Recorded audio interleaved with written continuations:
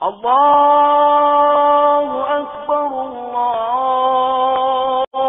الله أكبر لا إله إلا الله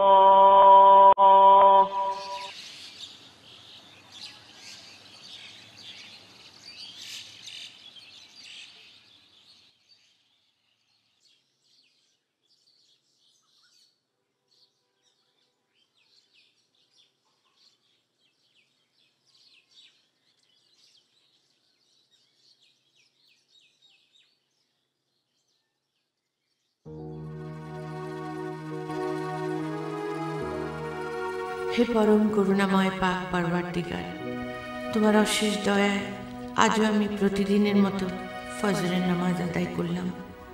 হে আল্লাহ, আমি তোমার অধম বান্দা, না জেনে না বুঝে প্রতিদিন কত না গুনাহ করে যাচ্ছি। তুমি আমাদের সব গুনাহ খাতা মাফ করে দাও। হে রহমান রহিম, তুমি আমার পরিবারে শান্তি প্রতিষ্ঠিত করো। আল্লাহ, আমার এই জান্নাত ভিলাকে সব বালা মুসিবত থেকে মুক্ত করো। পৃথিবীর সব মানুষকে তুমি শান্তি দাও আল্লাহ, শান্তি দাও। আমিন।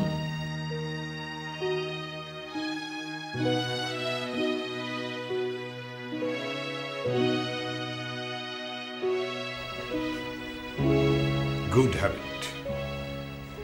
দুনিয়া ওলট পালট হয়ে গেলেও মরিয়ম বেগমের নামাজের কোনো হেরফের হবে না। এসপি সাহেব, শরীর ঠিক রাখার জন্য যেমন মর্নিং ওয়াক ইভিনিং ওয়াক, তেমনি আত্মার শুদ্ধির জন্য আল্লাহর ইবাদত করা প্রয়োজন। সারা জীবন তো চাকরি করলেন, রিটায়ার করে কাল আপনি বাড়ি ফিরেছেন। চাকরির ডিউটি তো শেষ হলো, জীবনের ডিউটি কি শেষ হয়েছে? ওটা তো আমৃত্যু চলবে ম্যাডাম, তবে আমি খুব লাকি। তাই নাকি? কেন?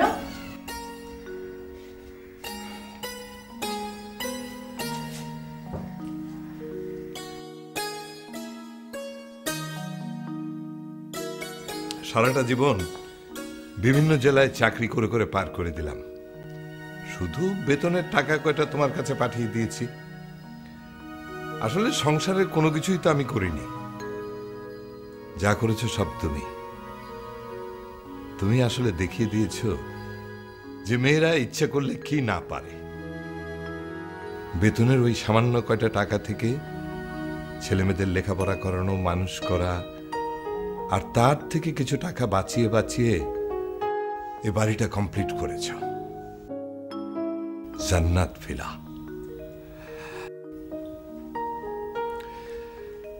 এই জান্নাত ভিলা, সত্যি সত্যি এটাকে তুমি জান্নাত বানিয়ে রেখেছ। Hats off to you. কি যে বলো না তুমি, সবকিছু কি আর আমি একা একা করেছি? তুমি তো সবসময়ই সাথে ছিলে। চেঞ্জ করে নাও। ছুটি ছাটা যখনই বাড়িতে এসেছো, বাড়ির কাজে হাত লাগিয়েছো, সব সময় আমার পাশে ছিলে। তোমার মতো স্বামী কজন মেয়ে পায়? সততা সাহসিকতার জন্য তুমি রাষ্ট্রপতি পদক পেয়েছো। সবই আল্লাহর ইচ্ছা। আর এই যে তুমি নামাজ পড়ে দোয়া করো, এ তারই ফল, বুঝেছো? আব্বু, আমি আজ কলেজে যাব না, আমি আরো ঘুমাবো। পায়েল, ওঠ। তোর জন্য রোজ রিজুর দেরি হয়ে যায়। যা, উঠে এক্ষুনি রেডি হয়ে যা, কলেজে যাবি। আব্বু আপনার চা। Thank you. আম্মা, আপনার ছেলে কিন্তু রেডি হয়ে গেছে, আর এদিকে ইনি পড়ে পড়ে ঘুমাচ্ছেন। একটু পর দেখবেন দুই ভাই বোনের মধ্যে যুদ্ধ শুরু হয়ে যাবে। আব্বু, বোমা, আজকে না হয়ে ও না গেল? চুপ থাকো তো। পায়েল, ওঠ।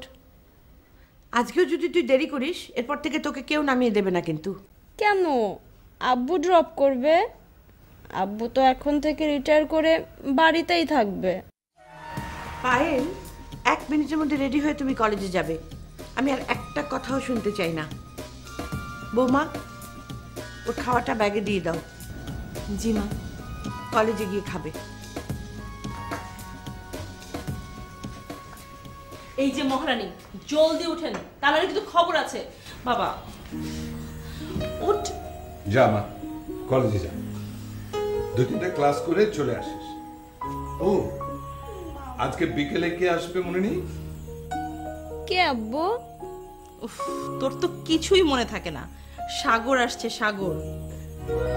আমি তো ভুলে গিয়েছিলাম, সাগর ভাই আসছে। না, আসলে বোমা, তোমার শাশুড়িকে গিয়ে তাড়াতাড়ি 1 কাপ চা দাও। যদি মাথা ধরে তাহলে কিন্তু আমার বিপদ আছে, বলে দিলাম। আচ্ছা।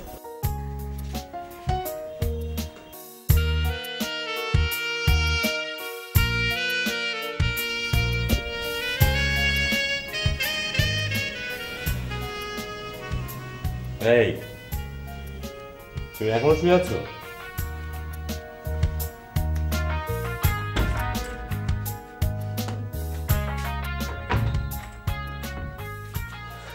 তুমি পারো বটে।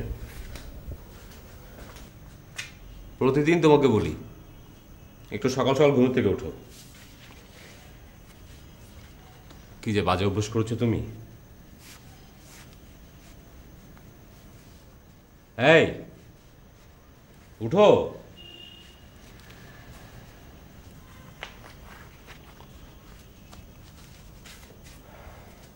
এই, উঠো। Stop it. প্যারি না, উঠো না।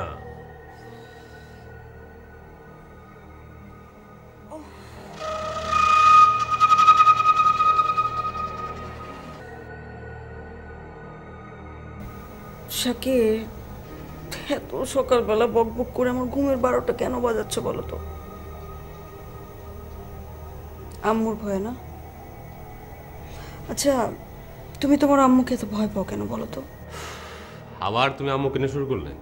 আচ্ছা, তোমার মনে নেই কাল রাতে আব্বু বাড়ি ফিরে এসেছে? সো সে আনন্দে কি আমি ধেয়ে ধেয়ে করে নাচবো?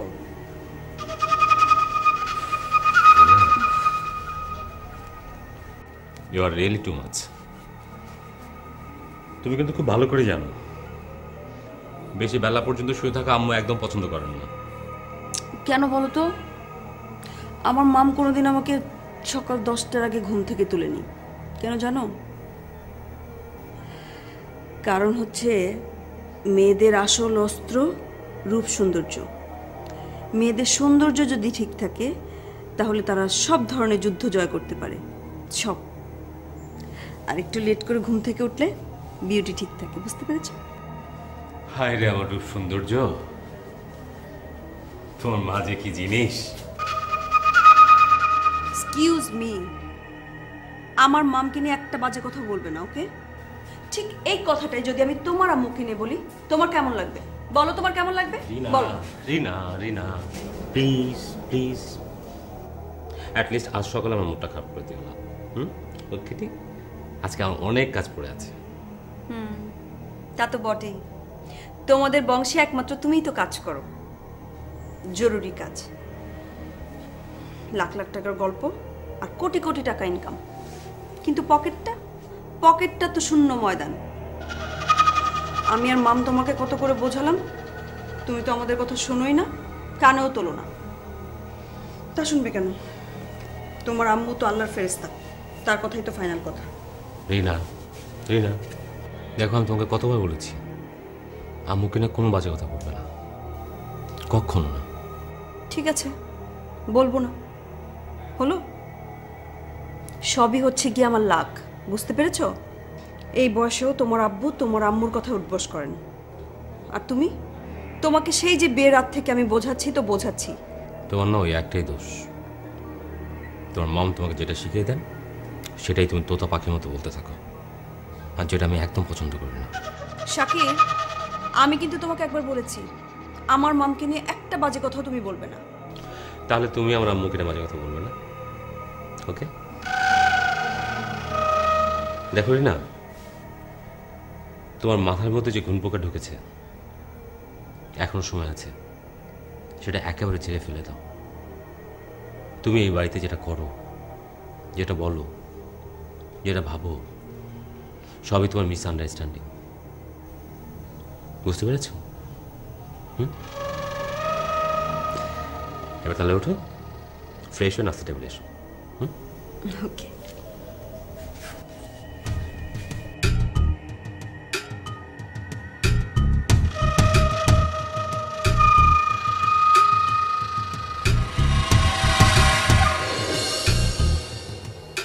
শাকির, তুমি যাকে মিসআন্ডারস্ট্যান্ডিং বলছো ওটার একটা নির্ভুল সত্য। একদিন ওই সত্য আমি ঠিকই তোমাদের সামনে এনে দেব। তখন তোমরাই বলবে রিনা ঠিক কথা বলেছিল। রেশমা, আমার কোশ্চেন পেপারে খামটা কোথায়? কতবার বলেছি আমার জিনিসপত্র তুমি যেখানে সেখানে রাখবে না, প্লিজ। তোমার জিনিসপত্র যেখানে সেখানে রাখি না, তোমার সামনেই রাখি। তুমি চোখে দেখো না, কানা। কোথায়? বেডের উপরেই আছে। ভাইয়া এই যে তোমার খাম। তোর জন্যই, তোর টেনশনে ভুল হয় লেট লোতে। বাবা ভুল করবে প্রফেসর সাহেব, আর দোষ সব আমার না। ভাইয়া ভুল করবে? তোর মাথা খারাপ হয়ে গেছে?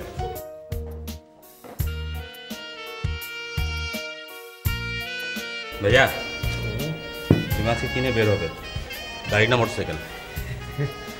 আমি আবার গাড়ি কবে নিলাম রে, আমার মোটরসাইকেলই ভালো।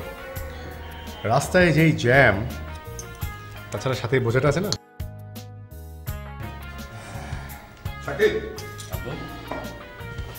তুই কি আজকে একটু ফ্রি আছিস নাকি? কেন বলুন তো? একটু হেডকোয়ার্টারে যাব। সারা জীবন তো চাকরি বাকরি করলাম, কিছু টাকা পয়সা জড়ো হয়েছে না, ওগুলো তো আনতে যেতে হয়। তো তোর গাড়িটা একটু নিতে পারি? আশ্চর্য, গাড়ি নেবে তাতে জিজ্ঞেস করার কি আছে? চাকরির কোনো ইম্পর্টেন্ট কাজও তো থাকতে পারে। আব্বু আপনি কি যে বলেন না, আপনি একদম টেনশন করবেন না, আমি বাসে করে চলে যেতে পারবো। আবার একটা মাত্র মিটিং আছে, মিটিংটা কমপ্লিট করে আপনার হেডকোয়ার্টারে আমি চলে যাবো। So kind of you my son. এই যে ম্যাডাম, আপনি ভাববেন না যে আমি রিটায়ার করেছি বলে একদম বুড়ো হয়ে গেছি। এখনো দৌড়ে গিয়ে বাস ধরে যে কোনো জায়গায় চলে যেতে পারি, বুঝেছেন? আচ্ছা, রিটায়ার্ড এসপি তারেক আলী খান সাহেব বাসে ঝুলে যাচ্ছে, কেমন লাগবে দেখতে? আম্মু, আব্বু কিন্তু নিজের জন্য একটা গাড়ি কিনে ফেললে পারতেন।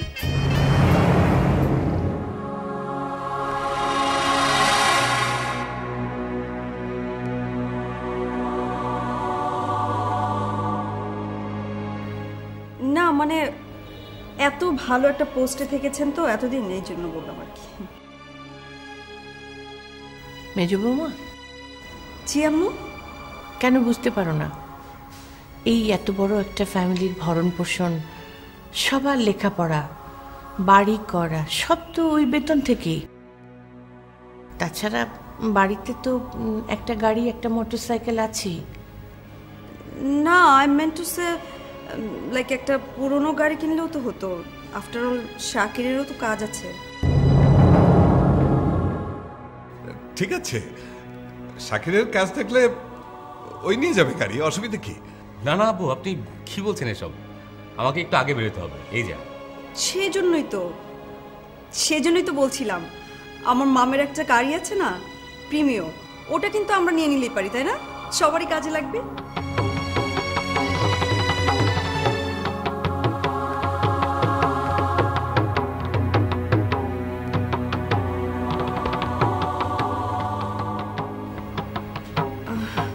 এক্সকিউজ মি, আমি একটু আসছি।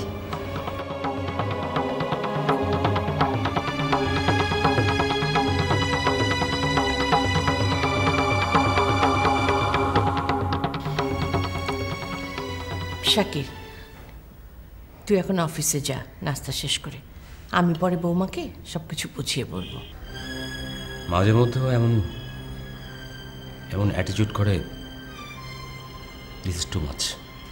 এই দেখ, হাতের 5 আঙ্গুল কি সমান হয়? তো কি করব, একটা আঙ্গুল কেটে ফেলে দেবো? নে তুই নাস্তা খা, খেয়ে যা, আমি বৌমাকে বুঝিয়ে দেবো। আম্মা আমি উঠি, প্যান চল, আব্বা আসি, আসি রে, আল্লাহ হাফেজ।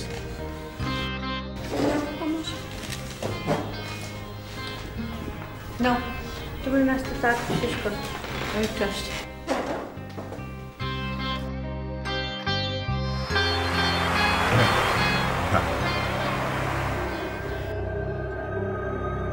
ঝড়ের পূর্বাভাস। রিনা নিশ্চয়ই এতক্ষণে সব খবর ওর মাকে জানিয়েছে, আর ওখান থেকে বুদ্ধি পরামর্শ আসছে। ইস, এই মেয়ে যে কবে ভালো হবে।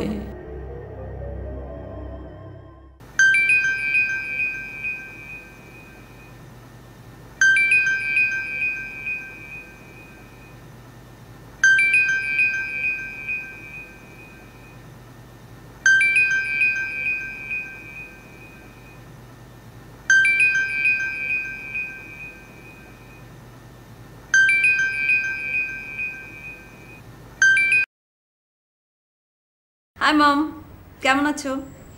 সকালে তোমার বিপি চেক করেছো? আমার তো একই প্রবলেম, টেনশন বাড়লে সব বেড়ে যায়, আবার টেনশন কমলে সব ঠিক হয়ে যায়। আই নো মম, তোমার সব টেনশন তো আমাকে নিয়ে, তাই না? বাড়িতে যখন মেয়ের জন্ম নেয় তখন সবাই ভয় পায়।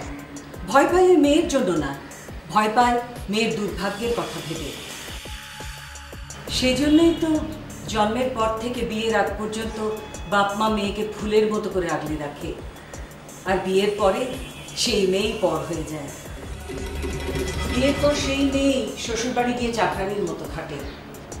কখনো হাত থেকে গরম পানি পড়ে যায়, কখনো মাছ ভাজতে গিয়ে তেল ছিটকে পড়ে, কখনো আবার দরজাল শাশুড়ি টর্চার করে। বাপ মা জানতেও পারে না তাদের আদরের মেয়ে কত কষ্টে আছে। কিন্তু তোকে এসবে করার সাহস কেউ পাবে না, কারণ তুই হলি জুবাইদার মেয়ে। তারপর বল, ফোন করেছিস কেন? মাম, আজ সাগর আসছে, ওর বিয়ের ব্যাপারে। ওহো, আমি তো ভুলেই গিয়েছিলাম। এই জন্যই তো আমি তোমাকে ফোন করলাম। হ্যাঁ আমি জানি তো, একবার যদি শাহবাজের মেয়ে কাজলকে ওই বাড়িতে বউ করে ঢুকাতে পারি তাহলে সব কাজ আমার জন্য আসান হয়ে যাবে। মাম, তোমাকে ঠিক এই কথাটা মনে রিনা। মাম, আমি তোমাকে একটু পরে ফোন দিচ্ছি, ওকে? জি আম্মু। তুমি তো ভালো করে জানো তোমার মায়ের দেয়া কোনো জিনিস আমরা হাত পেতে নিতে পারি না। আমাদের আত্মসম্মান তো এখনো বিক্রি করে দেয়নি, তাই না? তাহলে বারবার একই কথা কেন বলছো? কি জন্য?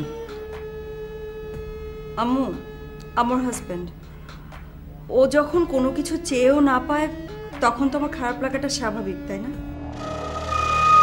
যেমন ধরেন বাড়িতে একটা মোটরসাইকেল আছে, ওটা বড় ভাইয়া ইউজ করেন, আর বাড়ির যে গাড়িটা সেটা তো সবার কাজের জন্য।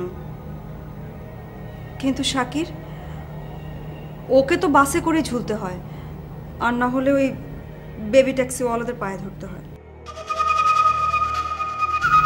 আম্মু, আপনি তো আর এসব কথা জানেন না, কিন্তু লোকজন এসব দেখে আমার মামকে গিয়ে সব বলে দেয়।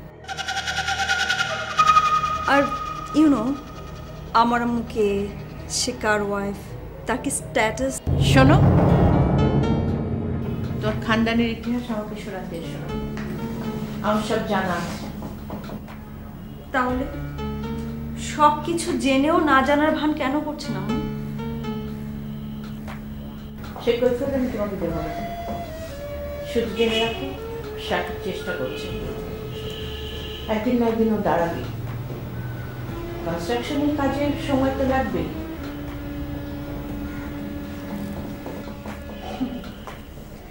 সরি আম্মু, কিছু মনে করবেন না। আমি কিন্তু বিয়ের পর থেকে এই কথা শুনে আসছি, কিন্তু শাকিব ও ঠিক যেখানে ছিল সেখানেই রয়ে গেছে।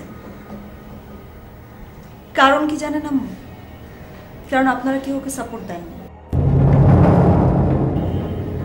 কি? আমরা সাপোর্ট দেইনি? কথাটা শুনতে খারাপ লাগলেও এটা কিন্তু সত্যি আম্মু। আই ডোন্ট নো ওয়াই কোনো একটা বিচিত্র কারণে মানুষ সত্যি কথা শুনতে পছন্দ করে না। তুমি কোন সত্যের কথা বলতে চাচ্ছ বৌমা? শাকির কি আপনার নিজের ছেলে, নাকি এতিমখানা থেকে ওকে দত্তক এনেছেন?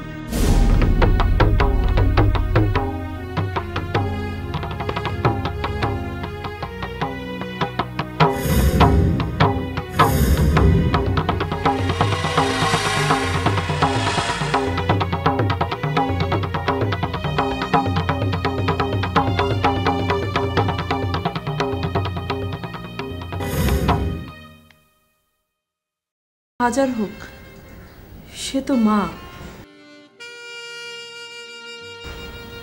জননী। বৌমা,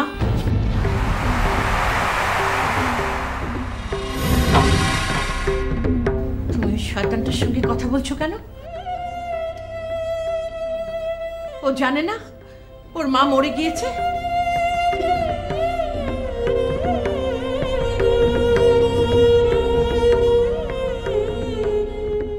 আমি তো জানি আমার মরে গিয়েছে।